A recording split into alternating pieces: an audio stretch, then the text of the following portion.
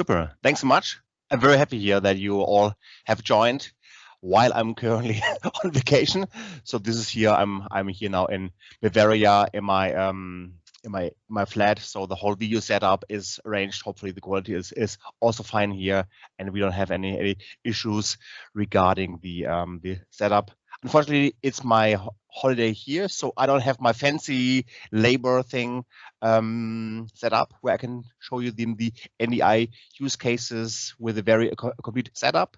But nevertheless, I would like to share with you 10 use cases for NDI which are relevant for Microsoft Teams and also for video live streaming. And yeah, I'm Ragnar Heil, channel account manager working at Quest in Central Germany. Just to interrupt, sorry.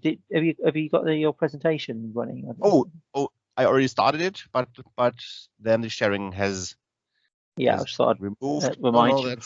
So okay, now you should be able to see my slides. Sometimes. Yeah, we can see that. Brilliant. Thanks very much. So working at Quest, covering Central European partners. I'm an MVP for Office Apps and Services. And today I'm going to show you a nice mixture of my 10 favorite use cases around NDI. So it's a very personal presentation here. And I'm very happy also that it's my first presentation about NDI. So I haven't given this presentation in other conferences, so especially for you. And it's a personal best of what I have learned about NDI over the last month, because it was announced at the Build conference that NDI is coming to Teams. And when I heard this news around Build, I was trying to get into the private preview, and then Microsoft, gave me access to the private preview. And since then, I'm trying to find out which are the most relevant use cases for daily life around NDI. So it's going to be a technical presentation, but also use case driven. And I'm also happy to hear your thoughts. Which are your favorite use cases? And before I start with my countdown from 1 to 10 top use cases, I'll give a short introduction about myself. Ragnar, sorry, could you just make this presentation full screen? I think some of the people are saying it's I thought hard it was to read. I thought it was a full screen. Sorry, let me then let me try something else, and I'm going to share my top. Let's see if this. Okay, yeah. Because I want you that you better, able to read everything. Okay, super. Thank you very much. So as I said, I'm an MVP for Office Apps and Services. I am on the right-hand side. You see Microsoft Munich, and I worked there for 11 years as a Microsoft employee. Then moved to Quest since 3 years. I'm blogging around Microsoft 365 topics every week at ragnarheil.de.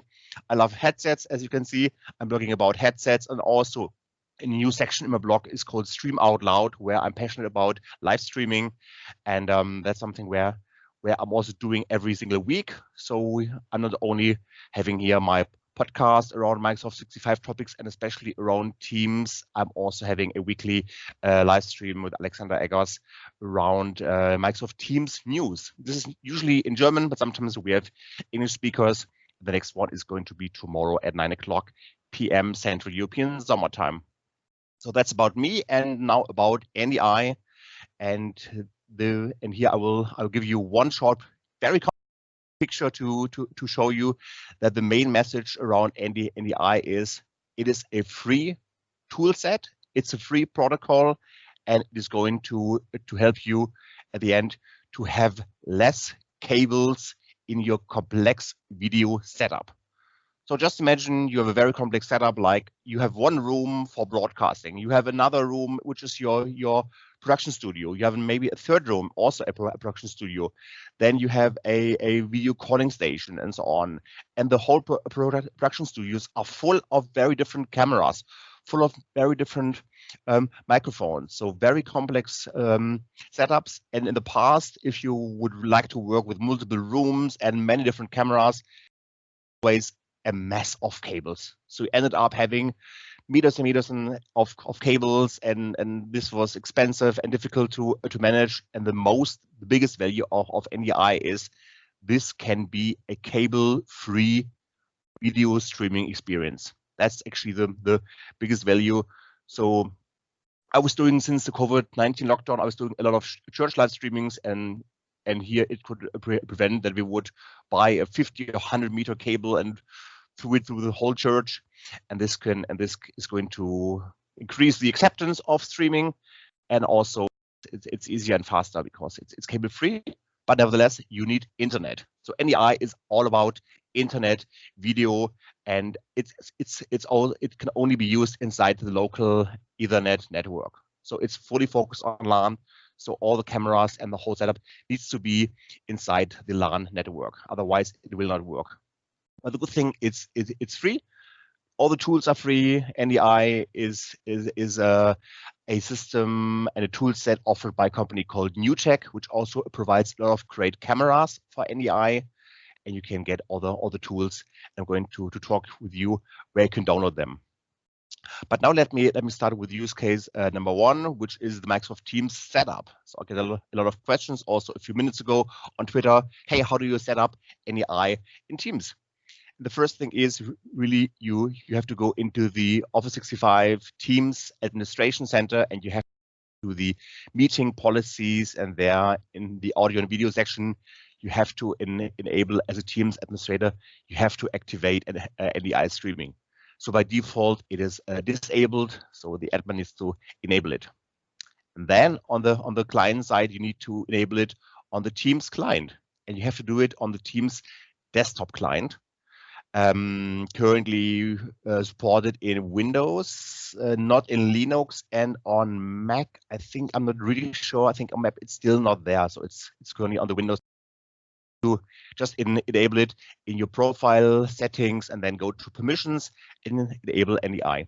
So on the client side and on the administration side.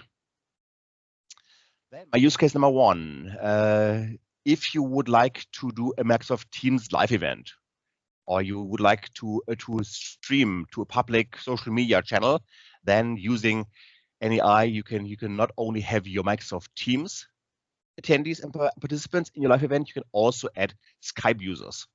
So if you know somebody who says, listen, I would like to be part of your meeting, of your conference, but I don't like Teams, you can only reach me using Skype, then this is possible.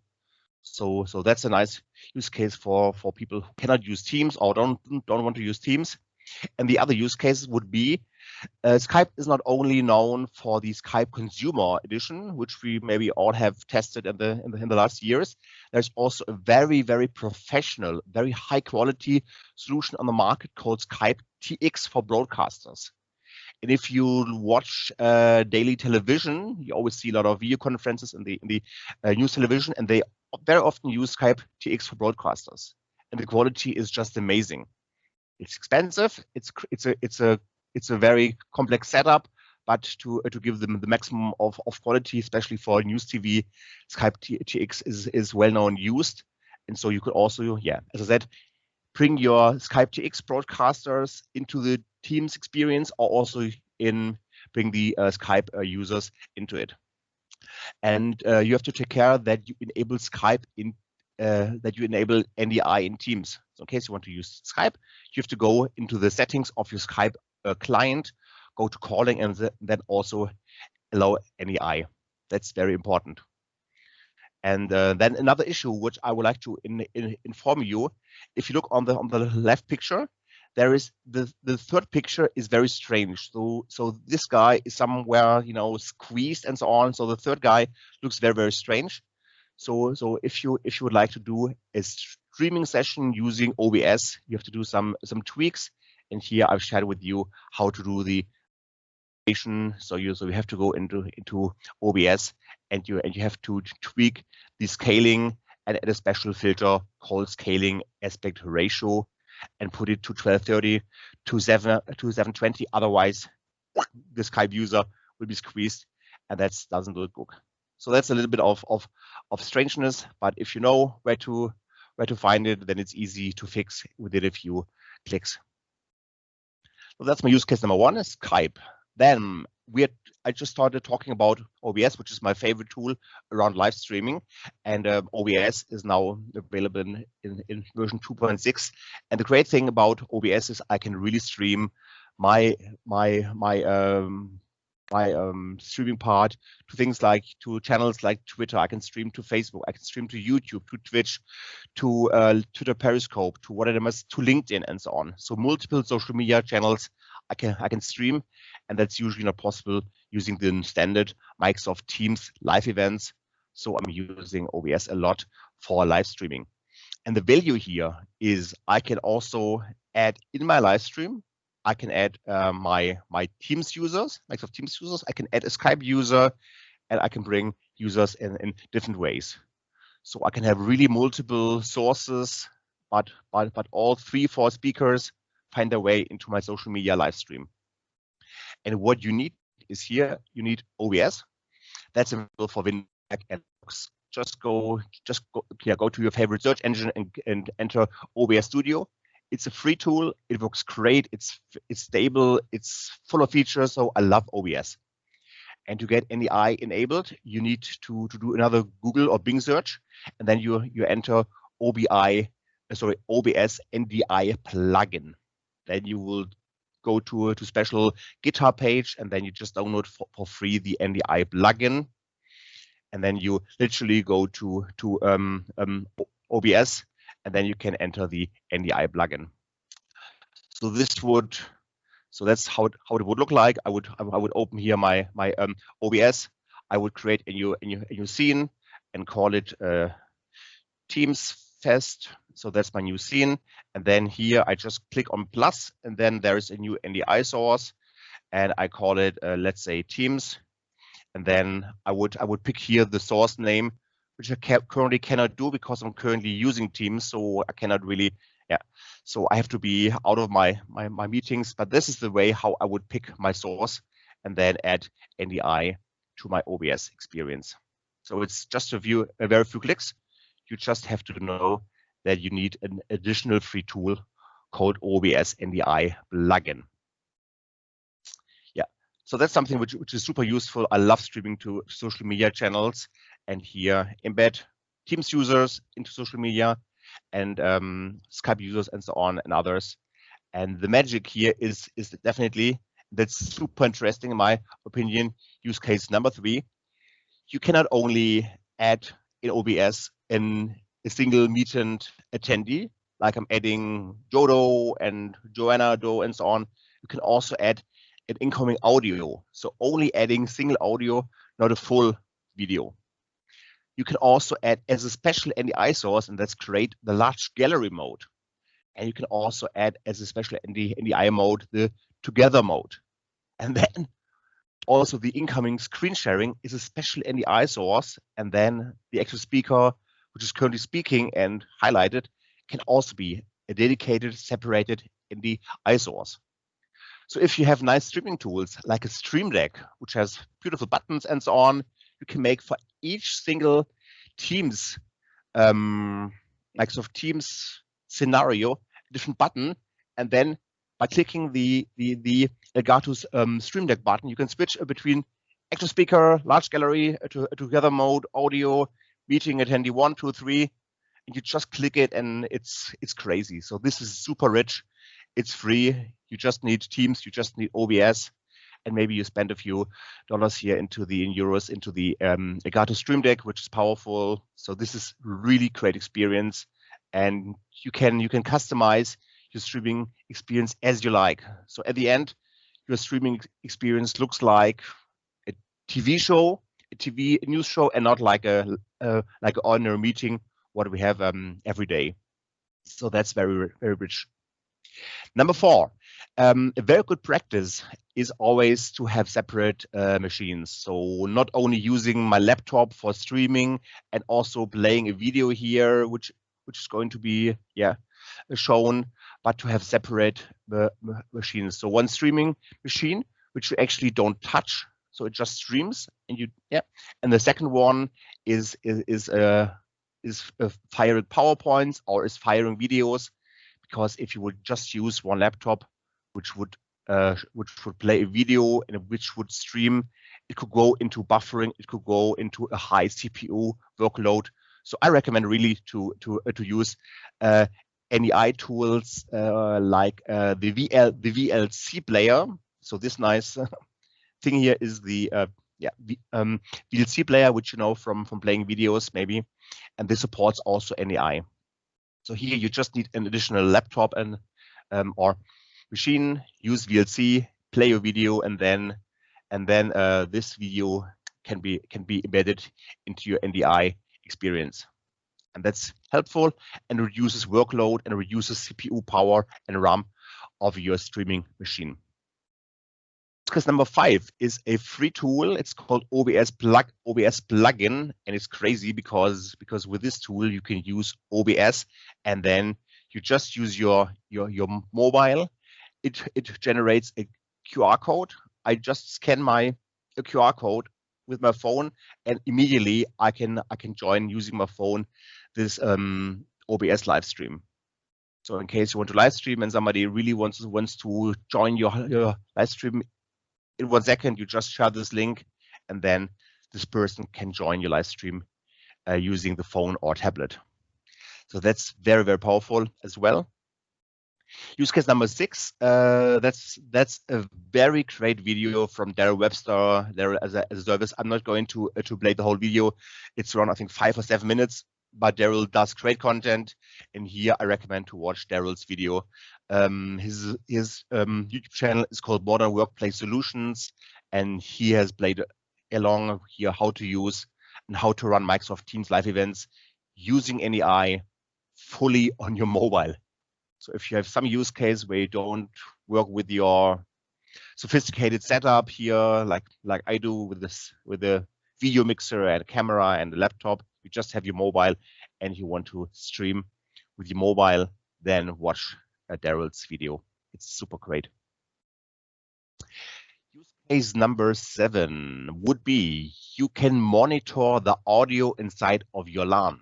That's very important because I went through a few experiences where I thought that my audio quality would be excellent, and then at the end, the audience at YouTube told me, listen, there's some weird feedback here. You have to modify it.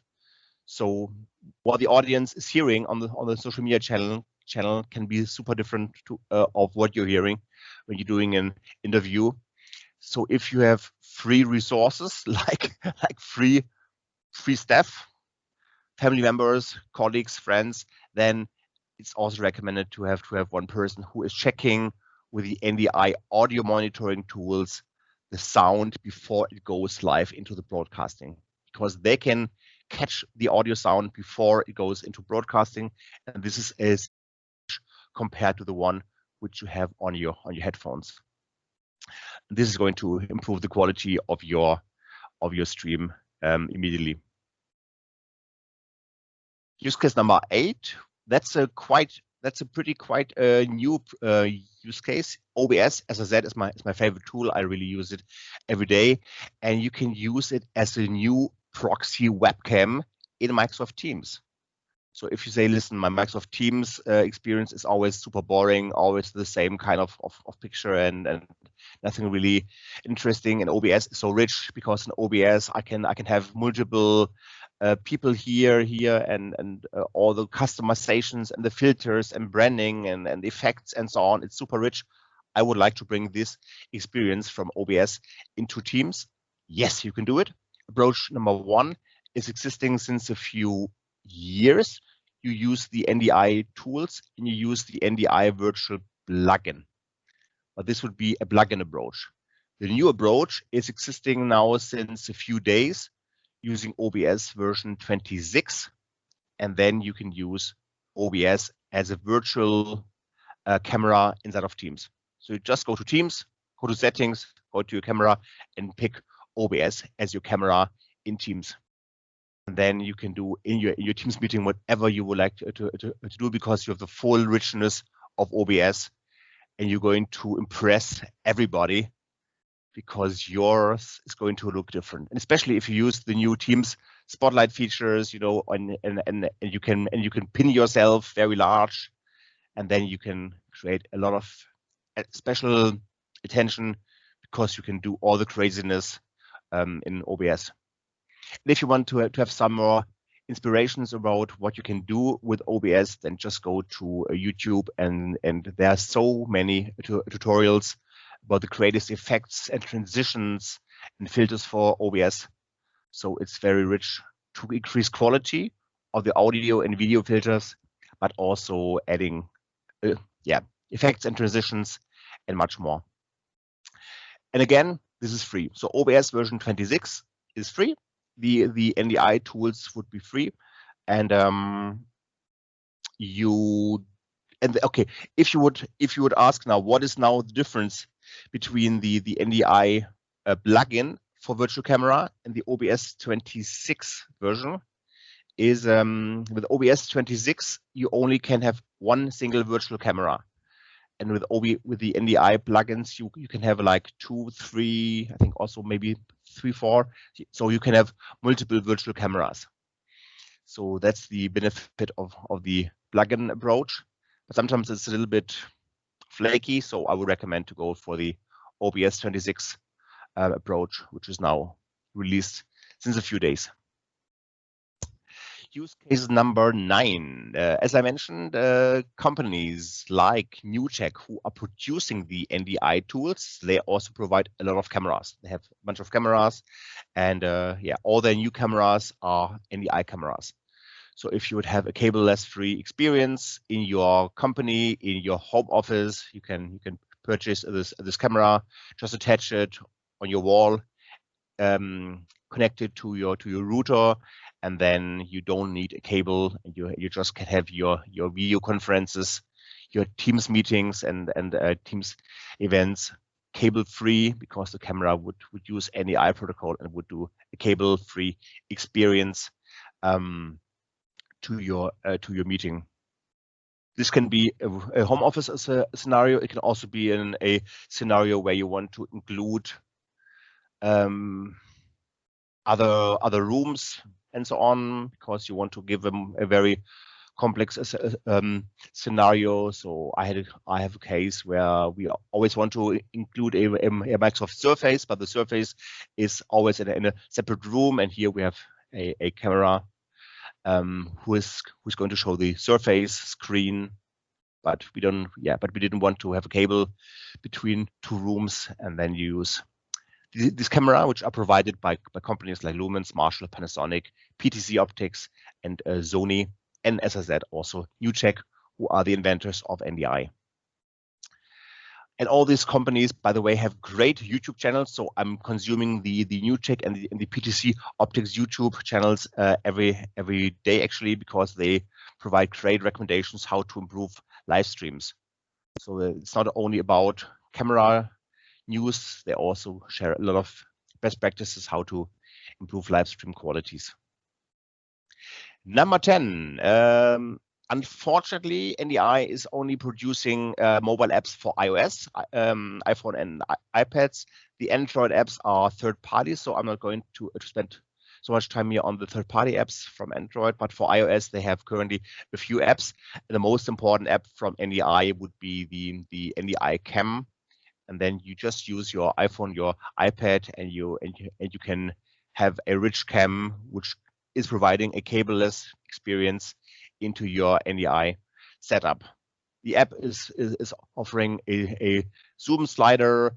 You can change the exposure. You can change the light. There's a grid overlay on. There's a microphone on, off, and so on. Front camera, rear camera, and it is supporting 4K. So in case you say, okay, listen, I'm not really using Teams here. Teams is only using 720. I would like to have a richer experience, like the other tools on the market, or as YouTube, and you want to go for 1K or for 4K, then also be possible using the NDI app. It's $10, but I think this is a very high quality app, and it's only, yeah, I said iOS only. If you look through the website of NDI, there's a second app featured. It's called the NDI Audio app, and this app is made to consume audio only. So in case you're currently sitting, you only want to do a kind of podcast experience. You don't want to have video on, people just want to talk, they're not ready for videos, maybe they have a bad hair day, as you know, and they only want to provide audio content like podcasting. Then you can also use the new NDI audio app. But I talked to NDI yesterday. This app has currently some issues. They have removed it from the App Store.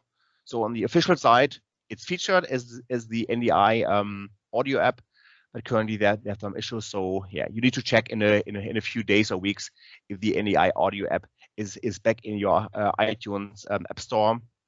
But this is meant to provide audio experiences where you don't need video, as I said, translation use cases and also podcasting use cases.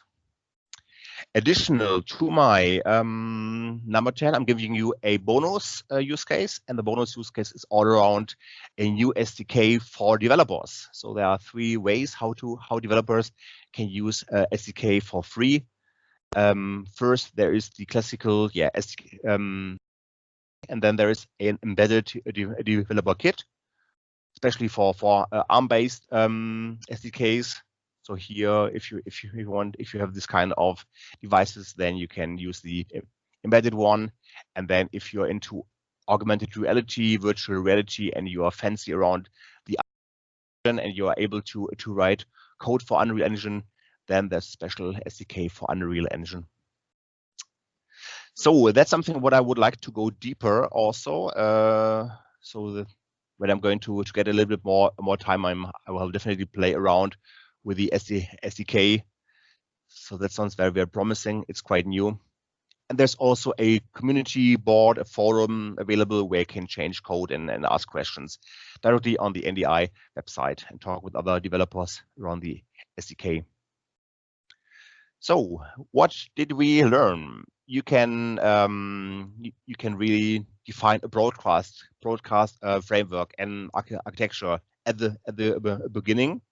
So it can be very complex, like a very multi-room scenario, super complex, but it can also be a very easy thing where you just bring a Teams user into your OBS streaming.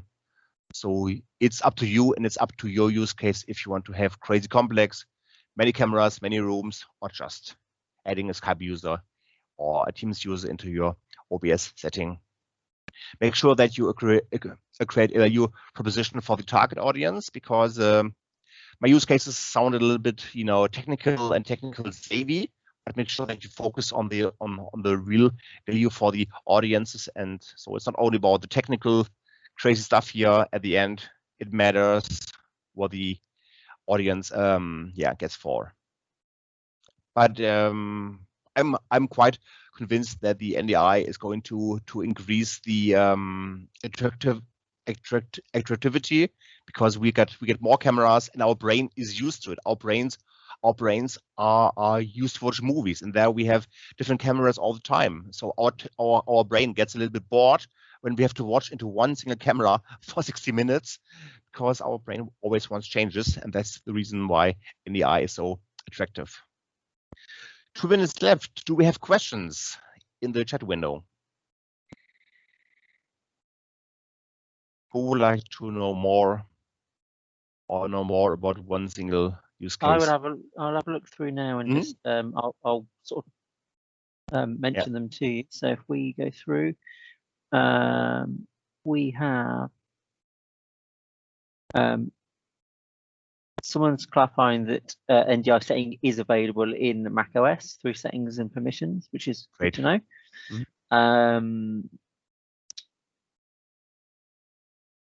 Do you know when NDI is going general availability? I think someone's answered within the chat to say it already is. Yeah, exactly. But it potentially might not be rolled out to all tenants. Could you go back to your number 5 tip and what its capabilities were compared to the number 10 cam app for iOS? I recall you said number 5 is free.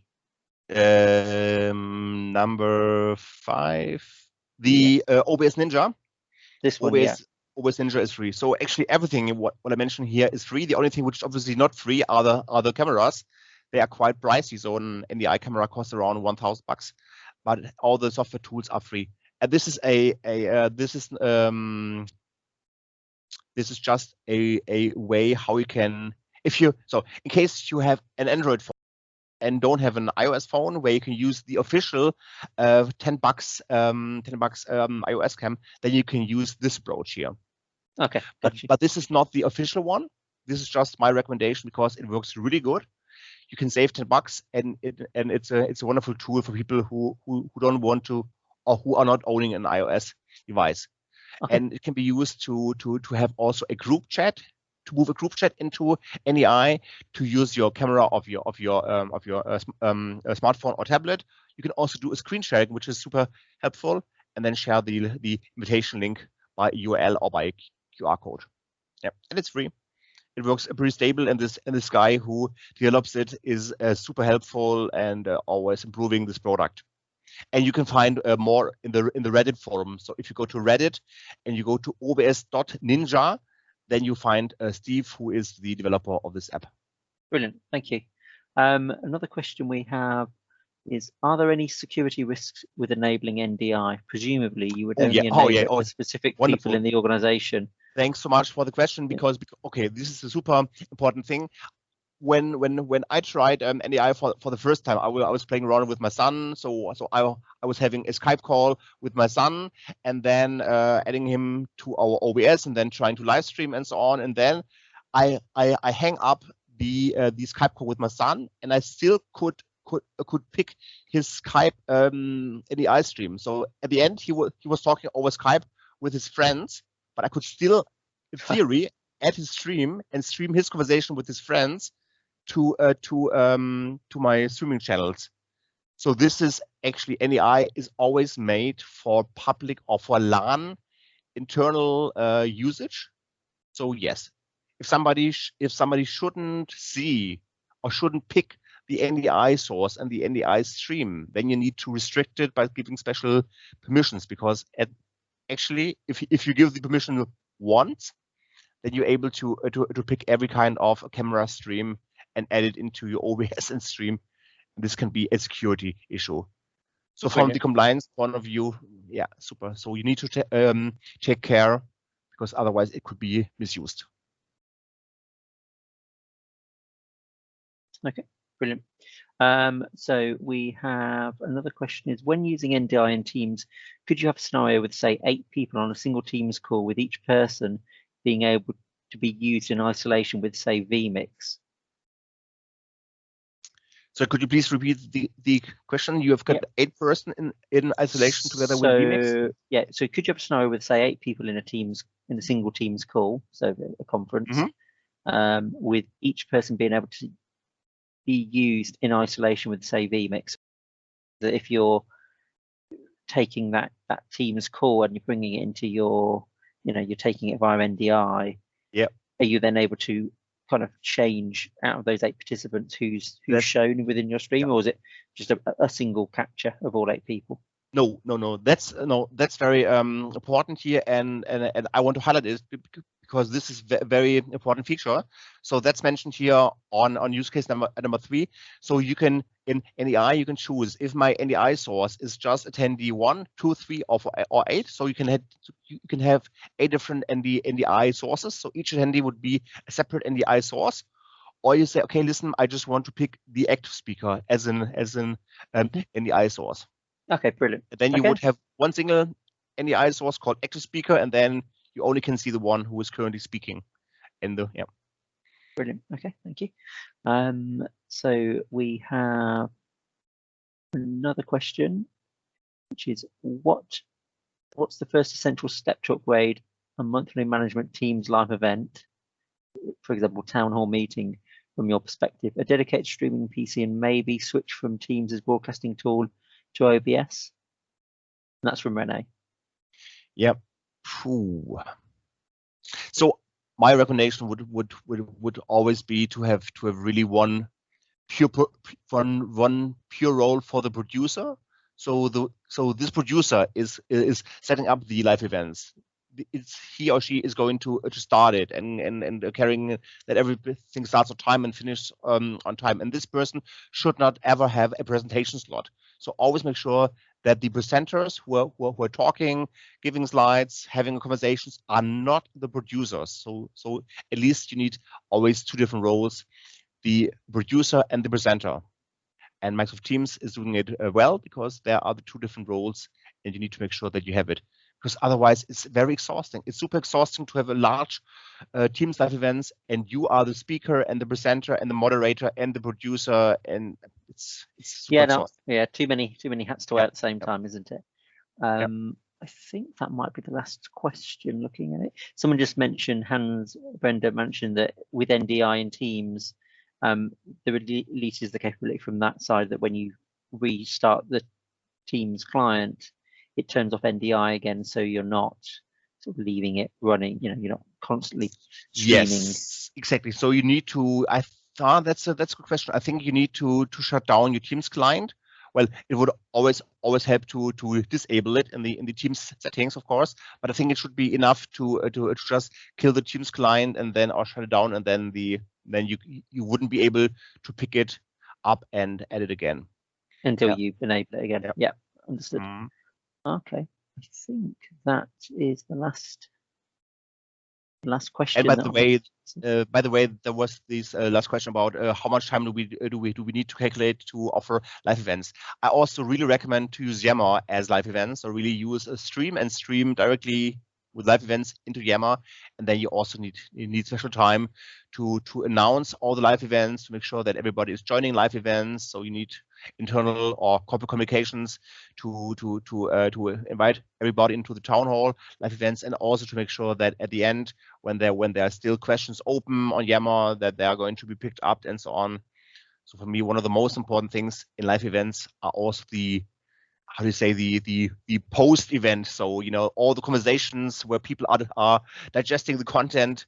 That's also very important. And here Yammer is much better than Teams, because then the conversations after the event has finished can continue. But this needs time to make sure that everything goes into the right direction and is helpful. Brilliant, thank you. So one last question is, if you're recording a Teams meeting, does everyone in that meeting need to have an NDI enabled, or is it just the person that's just the person? The person that's capturing it to send it on to OBS. And in the meeting, in a classical, typical standard Microsoft Teams meeting, you only need NDI here if you really would like to stream it. So usually you just have a meeting or a live event, but if you are fancy in streaming it to especially a public media channel like Twitter, like Facebook, like LinkedIn, and so on, YouTube, then you need tools like OBS, and then you can bring the Teams experiences into OBS. Brilliant. Okay. Because if you would like to go public on social media, you need to embed externals, because we are all living somewhere else. Due to COVID-19, nobody is in the same room, and we have to bring in externals. And you can use the OBS Ninja things to add people using the mobile phones. But it's actually also quite nice to bring people into the OBS streaming experiences using Teams, and then publish and broadcast outside to the social media world and YouTube. Okay, perfect. Thank you. So a lot of great workarounds, which is super helpful in these times where we're currently facing, where we're not in the same room, where we're not joining conferences.